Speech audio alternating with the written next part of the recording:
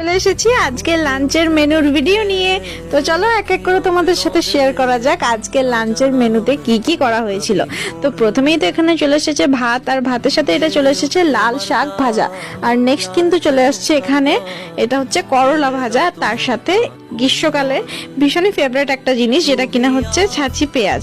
তারপরে কিন্তু এটা চলে আসছে লাউ ডাঁটা, যেটা কিনা পোস্ত দিয়ে করা হয়েছিল, লাউ ডাঁটার একটা সবজি।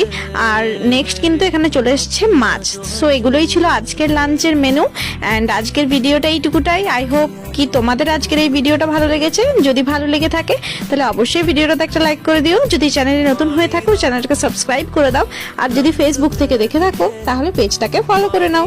তো চলো আমি কাল ফিরে আসছি একটা ব্র্যান্ড নিউ ভিডিওর সাথে। ততক্ষণের জন্য সকলকে tata and thank you so very much for watching.